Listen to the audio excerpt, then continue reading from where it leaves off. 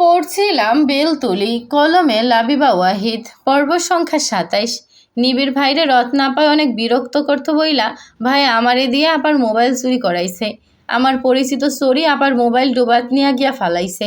মৌন বিস্ময়ে চরম পর্যায়ে পৌঁছে গেল। তাহলে ওই মোবাইল কোনো চুরি করেনি, সব নিবিড়ের বুদ্ধি। নিবিড়কে দিয়ে এত কুটকাচালো হয়? অস্পষ্ট স্বরে আওড়ালো সে। কি? হ, রত্নারে ভাই দুই চোখে দেখতে পারে না। খালাম্মার জন্যই এসব হইতেছে। ভাই বাড়ি থাইকা ভাগছেও আপার লেগাই। মনে হয় না এই বিয়ার নাটক বেশি দিন চলবো। ভাইয়ে যা জিনিস।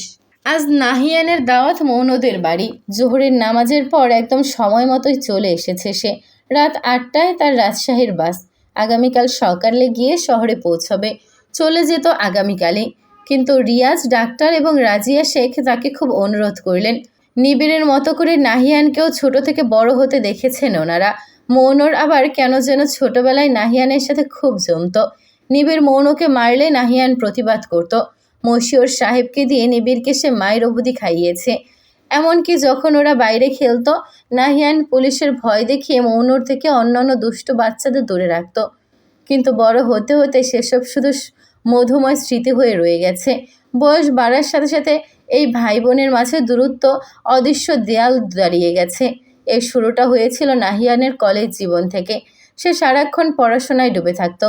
কোচিং, কলেজ, নিজের পড়াশোনা আর মাঝে মধ্যে খেলাধুলা ছাড়া আর কাউকে সময় দেওয়া হতো না। তবে ছুটির দিনে মাঝে মাঝে মৌনর সাথে দেখা হতো, আড্ডা হতো। কে বলতো মৌনর থেকে নাহিয়ান সবে ৩ বছরের বড়। নিবিড় আর নাহিয়ান দুজনই দুই মেরির মানুষ। নিবিড় রকচটা স্বভাবের হলেও নাহিয়ানকে কখনো রাখতে দেখা যায়নি।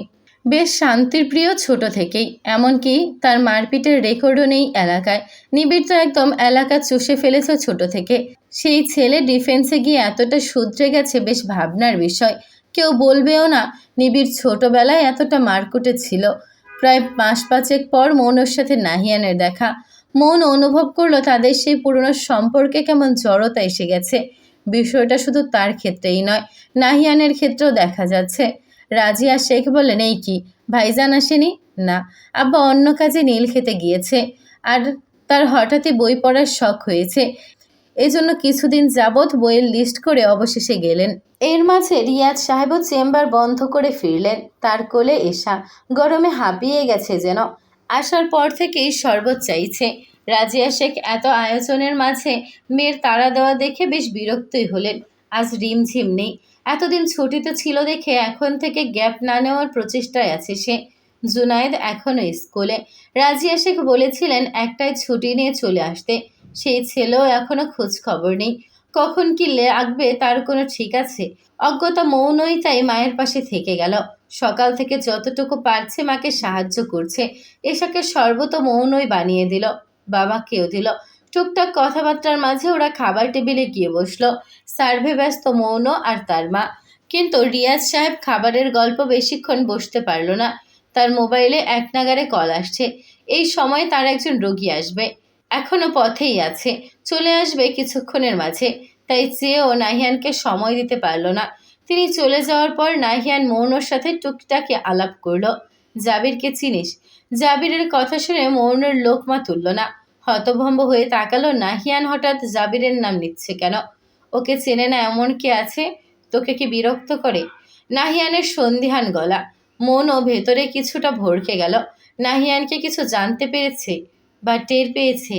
নিজেকে সামলে নিয়ে কিছু না বসতে দিয়ে বলল, না তো, এমন কেন মনে হলো? নাহিয়ানের সন্দেহ তবু কাটেনি। কোথাও একটা কিন্তু এখনো আছে। ভেবেচিন্তে বলল, গতকাল দেখলাম তুই যেই সময় ভার্সিটি থেকে ফিরিস, জাবির তখন নতুন শার্ট পরে বাজারে দাঁড়িয়েছিল। বারবার চলন্ত বাসের দিকে তাকাচ্ছিল, যেন তোরই অপেক্ষা করছে। এমনকি ওর চেলা মঞ্জু আর রিপনের মুখেও কিছুটা দূর থেকে তোর নাম শুনেছিলাম। তোকে ভাবি ডাকছিল। মৌন ভীরু নজরে তাকালো। যথাসম্ভব নিজেকে ঠিক রেখে বলল, বেশি ভাবছো ভাইয়া, এরকম কিছুই না। কতজনে কত কিছুই তো বলে, তাই বলে সত্যি হয়ে যাবে নাকি? মৌন হাসার চেষ্টা করলো। সাবধানে থাকবি।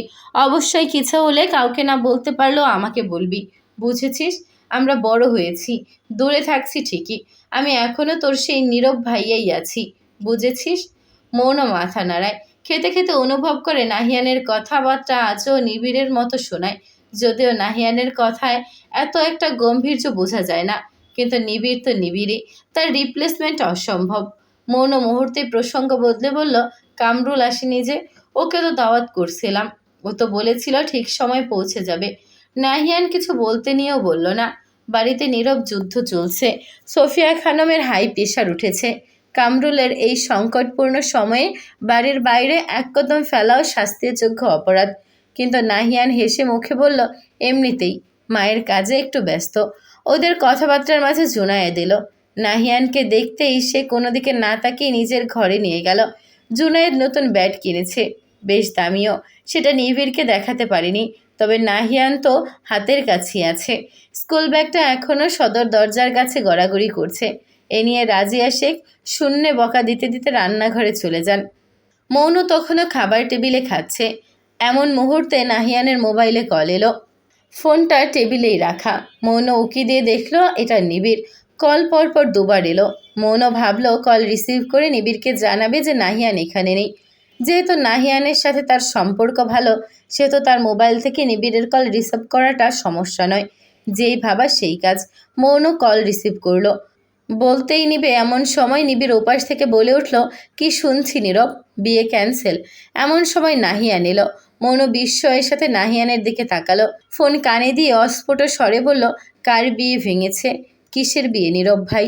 নিবিড় ওপাশ থেকে মৌনর বিস্ফোরণ গলার প্রশ্ন শুনল, যেন মৌন নিজের কানকে বিশ্বাস করতে পারছে না। নাহিয়ান উত্তর দেওয়ার আগে নিবিড় জবাব দিল, আমার এঙ্গেজমেন্ট ক্যান্সেল মৌন। পরপর নিবিড়ের নির্দেশে মৌন নাহিয়ানের মোবাইল ফিরিয়ে দিল। দুই ভাই আলাপ করলো। নাহিয়ান জানালো রত্নার বাবা নিজ উদ্যোগেই বিয়ে ভেঙেছেন। হবু বর খোঁজ খবর নেয় না। বিয়ে সম্পর্কে তার কোনো মাথা ব্যথা নেই।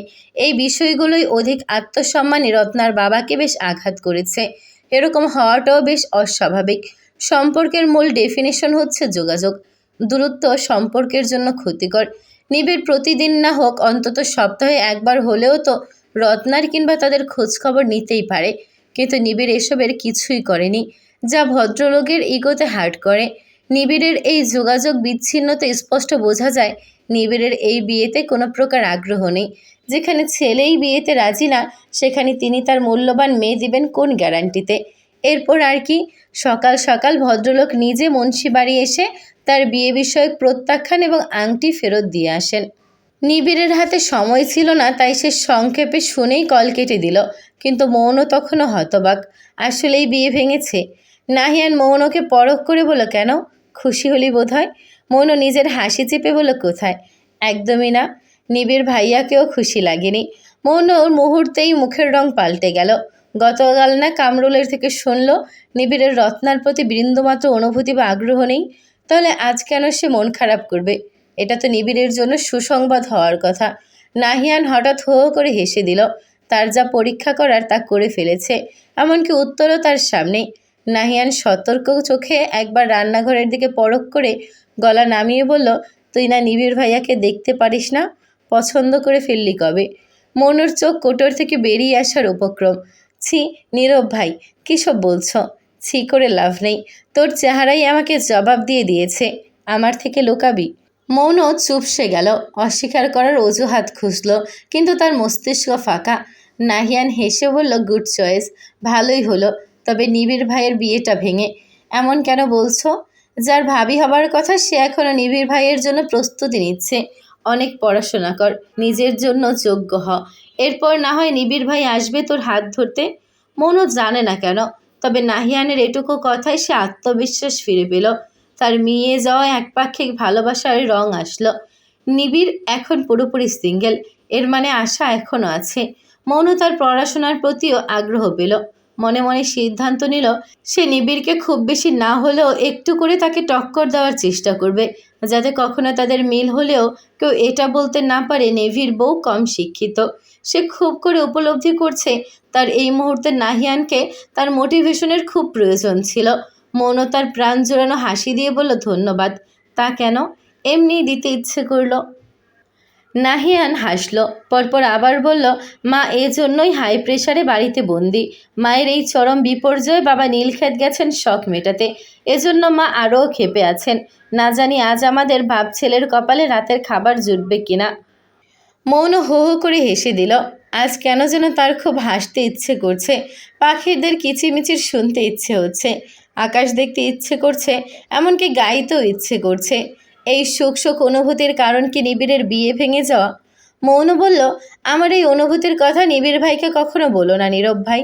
চিন্তামুক্ত থাক, তোর সিক্রেট তোর ভাইয়ের কাছে সেফ আছে। মৌন মুচকি এসে মাথা নাড়ায়।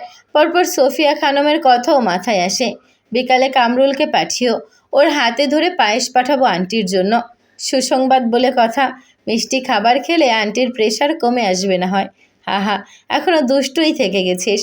আচ্ছা ঠিক আছে পাঠাবো, তবে আমার ভাগেরটাও দিয়ে দিবি। তুই রাখতে পারিস, এটাই তো চরম অবাকের বিষয়।